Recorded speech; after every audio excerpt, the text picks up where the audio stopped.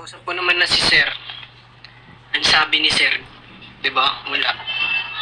Hindi na talaga. Mag-focus na lang daw ako sa pag-aaral ko.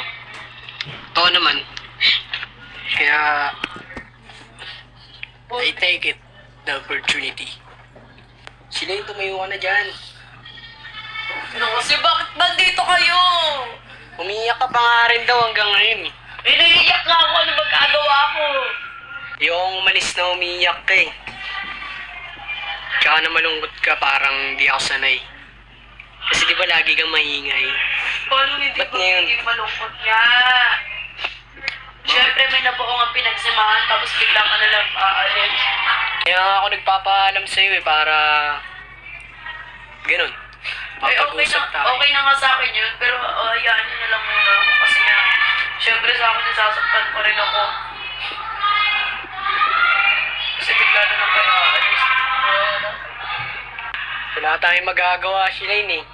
Kung hindi naman inutos si Sir yun, hindi ako aalis sa tabi mo eh. Wala eh. Hindi ko rin naman... Hindi ko rin naman in-expect na antong sa ganito. Kaya... Huwag ka na umiyak. Ganda-ganda mo pa naman.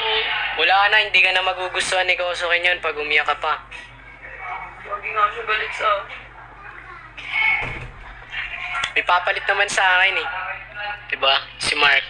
Ewan ko kung komportable ka sa kanya. Pero nakikita ko naman eh. May chemistry rin. Pero di naman ako komportable sa kanya. Paano yun? Paano yun? Wala tayong magagawa. Tama na Shilain, puro luha ka na oh. Magpahinga ka na lang muna. Oo na nga, okay na nga ako. Iwanan niya na ako. Shilain, tama na kakaiyak. Tignan mo na, mamagana yung mata mo. Pahinga ka na lang muna. Ako na mag-ingat kayo. Galingan nyo palagi. Tuloy-tuloy nyo lang yan. Ikaw din. Galingan mo lagi. Parang pag pwede ka na ulit dito, huwag mo na sayangin.